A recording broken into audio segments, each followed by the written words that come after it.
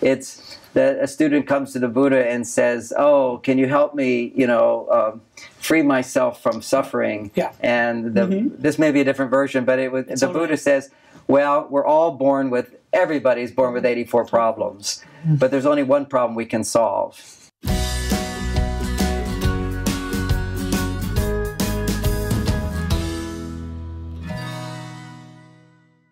So people are looking for lots of things in life and love. They're looking for the right person. They're looking for a house. They're looking for a car. They're looking for all these things. But I think they're really looking for something beyond being content. They're looking for happiness, aren't they? Isn't that how it...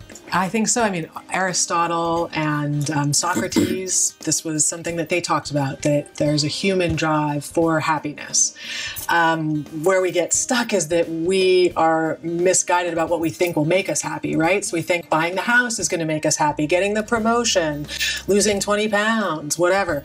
And research shows that many of those things may give us a spike in happiness, but that the true foundation to have what you would yourself rate a really happy life is largely about meaning, having meaningful relationships. Again, back to relationships and the central nature of them. So it's about intimate, meaningful, supportive relationships. It's about meaning in your work, meaning in how you're contributing to the world or your family, but having a clear connection to meaning. And then feeling well daily. So what is your physical experience on a day-to-day basis?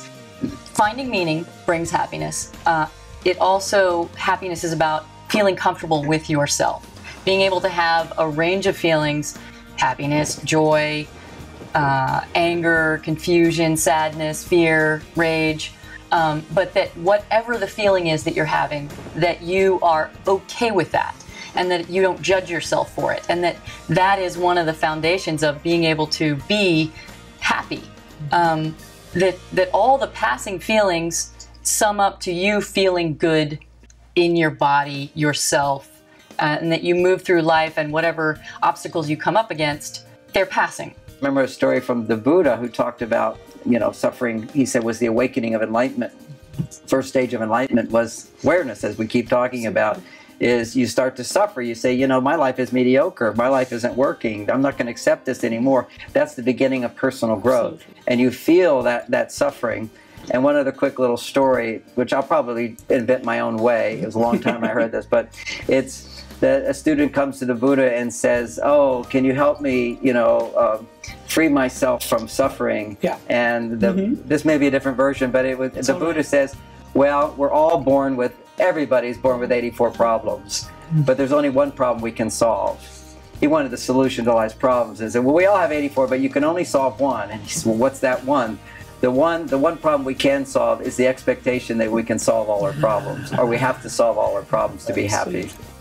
Sometimes we think that what we are doing is right, but that thing is not right. Let us say, God forbid, when you kill in the war, you're a hero, but when you kill in the city, you're a criminal. Or the person who feels happiness in killing others, or the person who does something, let us say, against humanity, and that's his purpose of getting happiness.